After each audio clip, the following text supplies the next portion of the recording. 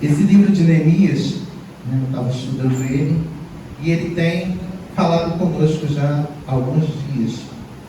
E hoje, quando eu pensei em trazer uma mensagem, em casa assim, desesperado, como eu fico procurando palavra, lembrei dessa passagem, porque a gente estava comentando sobre ela em casa. No serviço, uma colega que nem é cristã estava querendo saber sobre Neemias, sobre Esdras, sobre Malaquias, sobre todo mundo, e eu fiquei conversando com ela. Em casa a gente continuou a conversa, eu e a Regina continuamos essa conversa. É isso que Deus quer falar conosco. E comecei a estudar essa passagem. E vi que essa passagem ela vem falando do retorno do pessoal do cativeiro. O povo de Deus ficou cativo 70 anos em Babilônia. E quando chegou o rei Ciro, liberam o povo para reconstruírem o templo de Jerusalém. Volta Zorobabel, volta Esdras, e na terceira retorno, vem o restante do povo. E eu entendi isso. Até falei isso com a Regina. Falei, Regina, olha que interessante que Deus está falando conosco. Esse povo estava cativo, fazendo associações com o povo da Babilônia, porque o povo tinha livre acesso em Babilônia. Eles estavam ali como cativos, mas não como escravos. Então estava cômodo para eles estarem em Babilônia. Ali eles fizeram comércio, ali eles fizeram casas, ali eles habitaram, ali eles viviam confortavelmente. Mas Deus não queria isso para esse povo. Deus queria esse povo na terra que Ele prometeu daria. Deus queria esse povo que entendesse que eles foram para lá não para passar um veraneio, não para fazer amizade com o povo do mundo. Eles foram para lá para que eles sentissem falta de que eles precisavam adorar o seu Deus. Eles foram para lá para quando eles sentissem que o templo de Jerusalém tivesse sido destruído, doesse na alma deles, porque eles não teriam mais aonde adorar o seu Deus. Eles não teriam mais aquilo que representava a presença de Deus no meio deles. E como é que a igreja tem vivido esses últimos dias? Nós vivíamos assim. Nós vivíamos em Babilônia confortavelmente. Nós estávamos no mundo, fazendo amizade com o mundo, fazendo negócios com o mundo, trazendo o mundo para dentro da igreja, esquecendo-se até de adorar a Deus aqui dentro. Parecia que a gente estava confortável, estava tudo indo muito bem. Parecia que não tinha afronta do mundo contra a obra do Senhor. Mas não é isso que Deus quer. Deus quer um povo que sinta a falta do seu Deus. Deus quer um povo que adore ao Senhor em espírito e em verdade. Deus quer um povo que venha servir ao Senhor não por barganha, como falou a irmã Zenilda. Não, eu vou lá entregar o dízimo, mas eu entrego o meu dízimo daquilo que eu quero entregar. Eu entrego a minha oferta de um animal que é doente. É para o Senhor. O Senhor não precisa. O Senhor é dono de tudo, como cantou a irmãzinha ali, a irmã Iracema. O Senhor é dono de tudo. Esse animal aqui, esse bonitão aqui, poxa, ele vai me render um dinheiro. Por que eu vou dar esse? Eu vou dar aquele ali, está doente, está com a pata quebrada, está não sei o quê, porque ele não vai me render dinheiro nenhum, então eu entrego aquele como sacrifício. E nós estávamos vivendo assim. Nós estávamos vivendo assim. E hoje fechou-se as portas. O Senhor permite que se feche portas de igreja para que o crente venha saber que é necessário voltar ao primeiro amor. Para que a gente venha entender que a gente precisa adorar a Deus com a nossa alma. Ainda que a figueira não floresça, ainda que não tenha fruto na vide, ainda que o produto não libera, ainda que não haja vaca no curral, ainda que falte tudo, mas eu não pararei de adorar o meu Deus. Aleluia! Eu adorarei o Deus da minha salvação. O Senhor quer que a gente entenda isso, que a gente se volte para Ele para o adorar, não somente o adorar, se derramar como vaso de alabastro que foi quebrado e jogado aos seus pés. Aleluia! Como um unguento que você derrama sobre aquele que está prestes a morrer. E ele falou isso. Ela está me ungindo para a morte. Nós temos que entender isso. Esdras, quando veio, reconstruiu o altar e reconstruiu o templo. E voltou-se às práticas de adoração. Mas o povo continuava andando esquecido das coisas de Deus. O povo ia retornando e ia querendo saber das suas próprias coisas, como se a vida deles, a promessa deles fosse para cá. E nós vivíamos dessa forma. Nós vivíamos dessa forma. Até pouco tempo a gente estava assim. Os cultos não tinham essa essência que a gente tem sentido hoje de adoração. Como Deus tem mudado a forma que nós temos adorado a Deus. Como Deus tem colocado em nós o desejo de buscar a Deus, procurando uma porta para que a gente possa entrar e dizer: Senhor, eis-me aqui. Senhor, eu estou com sede de Ti. Senhor, eu estou precisando de Ti. Senhor, inclina-te para ouvir a minha oração. Nós estamos precisando que o altar seja restaurado. Nós estamos precisando que a casa de Deus seja restaurada. Aleluia. E Neemias estava descansado no palácio. Era o copeiro do rei. Era aquele que tinha toda a regalia. Era ele que servia o rei, estava ali. Ele não tinha fome, ele não tinha frio, ele não estava nu, ele não passava necessidade, ele não passava aflição. Mas quando o seu irmão, Ananias, né? Acho que é esse o nome, veio ele visitar, ele perguntou: como é que está o povo que retornou do cativeiro? Como é que está o povo que está vivendo lá em Jerusalém? E seu irmão diz assim: aquele povo está na miséria, em desprezo, em desespero. E aquilo doeu na sua alma. Ele se incomodou com aquilo, ainda que ele tivesse uma vida confortável. Mas os seus irmãos não estão. O Senhor quer nos despertar para isso. Nós temos onde congregar, estamos tendo força para vir aqui cultuar ao Senhor, mas não para buscar por nós, para orarmos por aqueles que não podem estar, para aqueles que estão necessitados de estar, mas não podem estar, estão impedidos de estar. Que o nosso coração se doa e a gente venha sentir a dor do outro, se unir à miséria do outro, para que a gente possa ter misericórdia, porque bem-aventurados são os misericordiosos, porque eles alcançarão misericórdia. Quando a gente tem misericórdia do outro que está necessitado, a gente não olha com olhar de apontamento, de acusação, a gente tem misericórdia. E da mesma forma o Senhor olha para nós com olhar de misericórdia.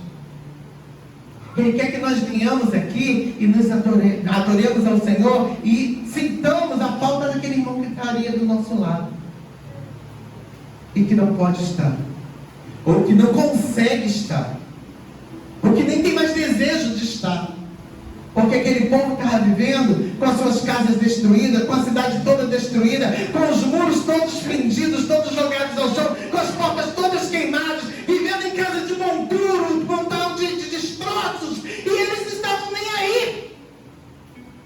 Mas Neemias se doeu com aquilo.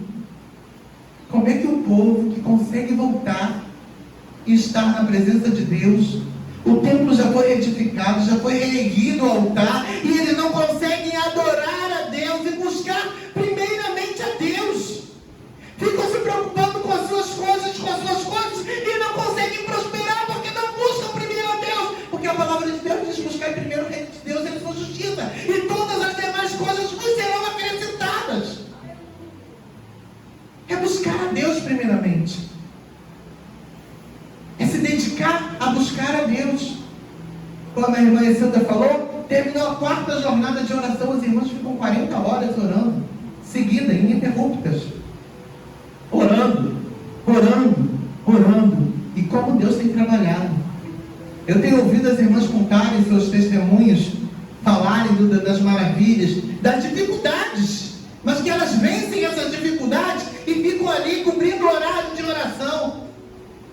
Às vezes uma não consegue orar, mas a outra já ciente de que a outra não consegue. Porque somos um só corpo. Se machucar o dedinho do pé, até a cabeça sente. Então é isso que Deus quer de nós. E Neemias se preocupou com aquilo, porque os muros da cidade significavam a força dessa cidade, a honra que ela precisava ter, porque senão ela estava aberta à invasão de todo e qualquer inimigo. A construção tinha parado, porque quando Esdras começou a levantar o templo, vieram acusadores, vieram aqueles que fomentam acusações contra os servos do Senhor, e eles tiveram que ser parados. Veio o decreto para parar a obra. E quando o rei pergunta para Neemias: por que tu está triste? Por acaso tu está doente? E eu não sei? E ele fala: não, Senhor. Porque como eu poderia estar alegre se o meu povo, o lugar do sepulcro dos meus pais, está assolado, está em petição de miséria? Como eu posso estar alegre, ainda que eu estou vivendo aqui confortavelmente, ainda que eu estou na minha zona de conforto? E o rei fala para ele assim: o que tu queres que eu te faça? Em que eu posso te ajudar? Como eu posso lhe ser útil, já que você é um servo tão bondoso aqui na minha casa? O rei se agradava de Neemias. E Neemias não foi afoito, como a irmã mesmo Silvia falou, um homem de oração. Em 13 capítulos que tem no livro, em 11 vezes você vê Neemias orando e buscando a face do Senhor. Ele era um homem de oração. Ele sabia que ele dele mesmo não podia nada, mas ele sabia que ele tinha um Deus todo-poderoso, um Deus que criou céus e terra, um Deus que leva o homem cativo para salvar a alma dele e traz de volta, resgata, um Deus que prova, castiga aquele filho que ele ama, mas porque ele ama, porque é filho, ainda que esteja afastado, ele fala: Senhor, lembra que mesmo eles não buscando a tua face, eles são os teus filhos, Senhor, estão por esse momento afastados, estão por esse momento esquecidos de ti, Senhor, mas não vira as costas para eles, Senhor da glória. Olha para eles, eles precisam de ti. Tem misericórdia deles, Senhor. Tem misericórdia deles, Senhor, porque eles são teus filhos, eles são teus servos, eles não deixaram de ser teus servos, eles são fruto filhos da promessa que tu prometeste a Abraão, que tu darias a eles, Senhor. Tem misericórdia. Ele olha para isso e ele vai orar ao Senhor e fala: Senhor, eu preciso ajudar esse povo, me direciona, me dá estratégia, fala comigo. E depois dele orar, aí ele vai falar com o rei. E ele sabe que já tinha acontecido ontem, que a obra da reconstrução de Jerusalém tinha sido mandada cessar. E ele fala assim: me envia, mas me envia com cartas, para que eu possa passar pelas províncias de onde eu passarei e não me sejam fechadas portas, para que eu chegue no guarda dos jardins, o dono da floresta, e ele me dê madeira para a construção das portas e dos portais dos muros da cidade. Envia-me, mas envia-me com autoridade. O Senhor tem nos dado cartas para a gente poder ir e restaurar o templo, restaurar a cidade, para que a gente possa levantar a honra da cidade, para que a gente possa levantar a força dessa cidade. O Senhor tem nos dado cartas para que a gente possa ir. O Rei tem nos enviado. O Rei tem nos enviado para que a gente possa ir e faça a obra do Senhor, e que a gente não pare. Vai vir a afronta? Vai vir a afronta, porque ele recebeu a afronta de Sanbalat, Tobias, Gesem.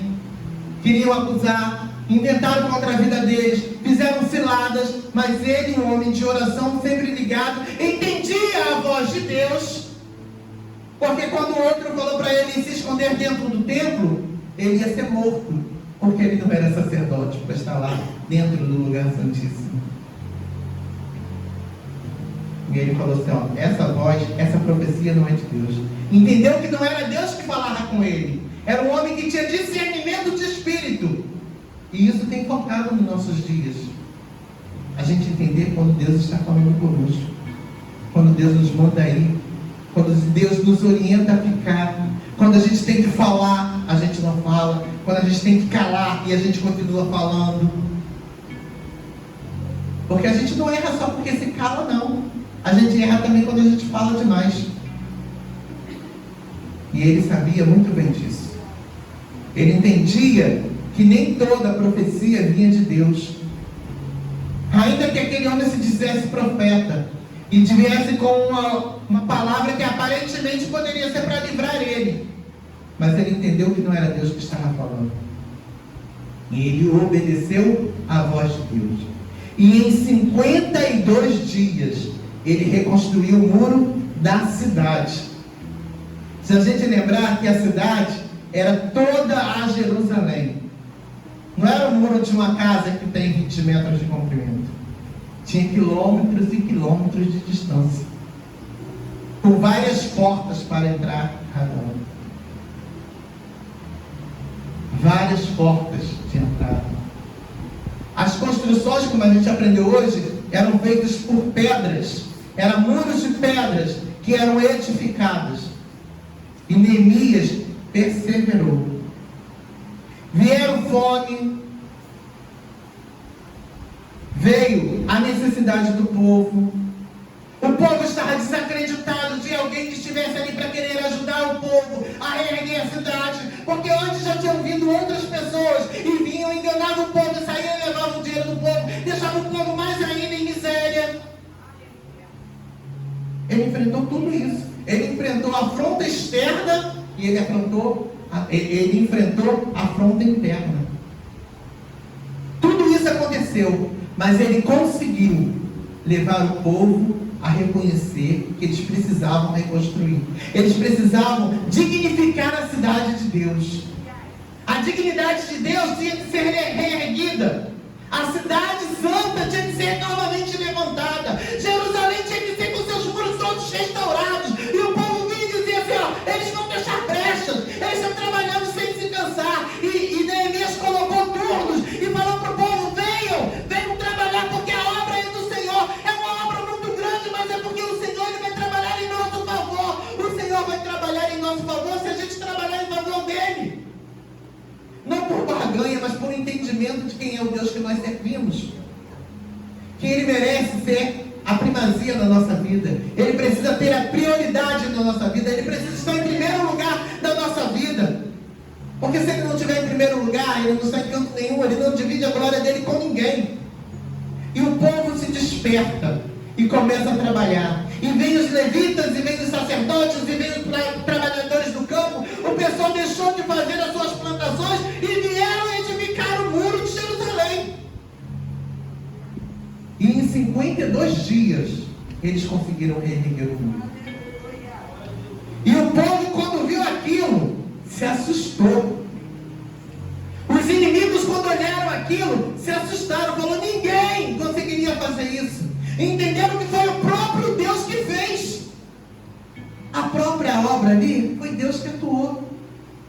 Se não fossem as bondosas mãos de Deus, quem conseguiria fazer? Qual homem consegue fazer uma obra? Qual homem consegue edificar um muro de uma cidade com quilômetros de distância em 52 dias? Às vezes a gente não consegue levantar um muro da nossa casa em 52 dias. Em 52 dias, a cidade foi reestruturada. E aqueles inimigos que intentavam contra a obra do Senhor foram envergonhados. O Senhor precisa que nós nos posicionemos, que nós tomamos posição. O que nós vamos fazer? O que nós vamos ouvir? Nós vamos ouvir Deus ou vamos ouvir aqueles que tentam nos fazer parar? Aqueles que falam assim, mas você vai para a igreja? Olha, o coronavírus está aí. Você vai mesmo? Não é melhor fechar as portas? Não é melhor a gente obedecer ao mandato que está aí? Só para a gente saber, o mandato já caiu por terra. Desde o dia 20, o mandato já caiu por terra. As igrejas podem fazer culto presenciais, desde que a gente mantenha os cuidados que a gente tem mantido. Distância no banco entre um e o outro. higienização com álcool ali. Eles pedem até para a gente verificar a temperatura. A gente não conseguiu não, mas a gente vai ver se a gente consegue. Não está conversando com o pastor sobre isso. Mas a gente já pode fazer culto. Já saiu um novo decreto dizendo que a gente está liberado para fazer culto. As igrejas e qualquer instituição religiosa pode novamente voltar a ser teu culto, desde que não seja com aglomerações, desde que a gente mantenha a distância entre um e outro. Então o decreto já caiu por terra. E quando foi que nós paramos de cultuar? Nós estamos fazendo uma grande obra, não podemos parar. Nós estamos fazendo uma grande obra e não podemos parar. Estamos aqui glorificando a Deus Todo-Poderoso, entregando a Ele a nossa oração, entregando a Ele os nossos jejuns, porque Neemias também era homem de jejum, de consagração. Nós temos nos consagrado ao Senhor. Nós estamos aqui fazendo uma grande obra. Esse muro tem sido edificado, a honra e a glória da cidade tem se colocado de pé. O Senhor tem mudado as nossas estruturas, o Senhor tem colocado em nosso coração o desejo de estar aqui, o Senhor tem mudado a nossa forma de cultuar a Deus, com entendimento agora que estamos fazendo o nosso culto racional. Nós estamos voltando ao primeiro amor. Esse desejo de estar aqui tem crescido em nós de uma forma tão tremenda, que tem sido todas as vezes que a gente se reúne nesse lugar, a presença de Deus tem sido tremenda, porque a gente está no Santo dos Santos, porque verdadeiramente a gente está no Santo dos Santos. A gente tem sido o tabernáculo santo de Deus, e Ele tem habitado em nós, e quando a gente se reúne, a glória dele manifesta de maneira que a gente não consegue conter as lágrimas, porque a gente está fazendo uma grande obra e a gente não pode parar. E muito em breve, mais rápido do que o homem possa pensar, esse muro vai estar pronto. Nós estamos definidos, nós estamos posicionados como servos do Senhor, atentos ao falar do Senhor, porque quando o Senhor falou assim, é só oração, todos nós vimos para cá e era só oração. Entrávamos, dobrávamos os nossos joelhos, falávamos com Deus, falávamos em mistério sozinho. Eu ficava lá no canto, lá no último banco da igreja, e lá eu adorava a Deus. Ali eu sentia a presença de Deus. Aí eu olhava para cá, os irmãos todos falando em mistério, cada um no seu canto, entregando o seu culto, sem se preocupar com quem está do seu lado, porque eu vim aqui para cá para adorar a Deus. O meu desejo era esse, adorar a Deus. Era só adorar a Deus, adorar a Deus, adorar a Deus, adorar a Deus, adorar a Deus o tempo inteiro. A gente vivia adorando a Deus. E quando Deus direcionou, vamos voltar a fazer o culto, antes mesmo do decreto ser assinado em nosso favor, nosso pastor falou assim, é momento de a gente voltar a cultuar juntos, porque já entendemos que o nosso culto é individual, a gente só se junta para entregar todos de uma vez, e a gente voltou a cultuar a Deus nessa mesma forma. Eu venho para aqui para adorar a Deus, eu não me importo quem está do meu lado, se eu tiver que chorar eu choro, se eu tiver que cantar eu canto, se eu tiver que gritar eu grito, se eu tiver que plantar bananeira aqui, eu vou plantar bananeira aqui, porque o que me importa é adorar o meu Deus, fazer aquilo que Ele quer que eu faça, exaltar o seu santo nome, porque Ele é o único digno disso.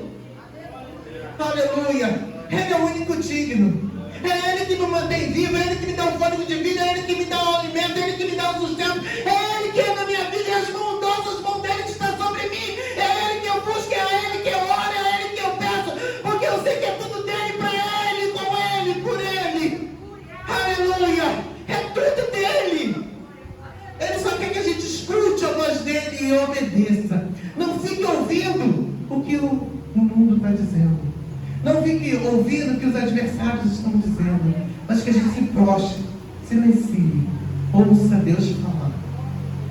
Porque depois que Neemias volta para Suzã, o povo novamente se esquece e começa a voltar a praticar coisas ruins, a não entregar as suas ofertas e os seus sacrifícios como eles tinham que ofertar. Aí vem Malaquias. Malaquias é dessa mesma época. Eu gostei quando a irmã falou de Malaquias, porque Malaquias é da mesma época. Quando Neemias voltou e ele depois retorna de novo para Jerusalém, ele encontra o povo do mesmo jeito de novo. E não é isso que Deus quer. Deus quer que a gente venha e entregue no altar do Senhor, no Santo dos Santos, a nossa mais perfeita oferta. Mais valioso do nosso ser, a gente entrega aqui. Se derrame no altar do Senhor. Como aquele vaso de alabastro quebrado, derramando, exalando bom perfume nos pés do Senhor. Porque a gente ama a presença de Deus. Que a gente ama estar na presença do Senhor. Que cada dia mais a gente venha buscar ao Senhor. Porque coisas grandes Ele quer fazer no meio de nós. O Senhor, Ele tem uma obra a ser realizada aqui, com cada um de nós. Cada um de nós tem sido convocado e estimulado a estarmos fazendo a obra do Senhor neste lugar, sem deixar que nada nos impeça. Nada pode impedir o agir do Senhor. Agir do Senhor, quem impedirá? Quem impedirá? Ele vai dar a glória dele para outro, se Ele permitir acontecer alguma coisa conosco? E se Ele permitir, para provar a nós mesmos, para que a gente prove que nós tomamos posição e estamos nessa posição. E somos servos do Senhor assim mesmo. Porque vai ter sempre alguém clamando: Senhor, é teu servo. Senhor, é teu servo. Senhor, não vira as costas para Ele. Inclina-te para ouvir as orações. Senhor, nós estamos aqui no teu altar. O teu povo que te chama pelo teu nome se humilha aqui perante ti. Ora aqui diante da tua face. Busca a tua face. Se arrepende dos seus caminhos, Senhor. Então ouve, Senhor. Ouve, Pai que está no céu. Ouve, perdoa os pecados e sara a terra deste povo. Para que a adoração chegue até a ti, Senhor. Porque o nosso desejo neste lugar é adorar o teu nome, Senhor. E nós não vamos parar. Estamos fazendo uma grande obra e nós não vamos parar. Amém? Vamos ficar de pé. Aleluia. Vamos ficar de pé, vamos orar.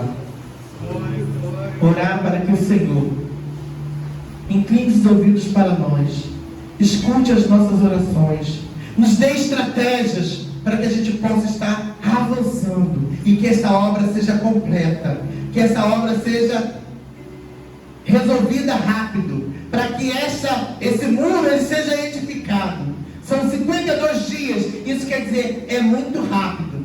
Vai chegar rápido a nossa vitória. E todos os nossos adversários vão enxergar que Deus é Deus nas nossas vidas.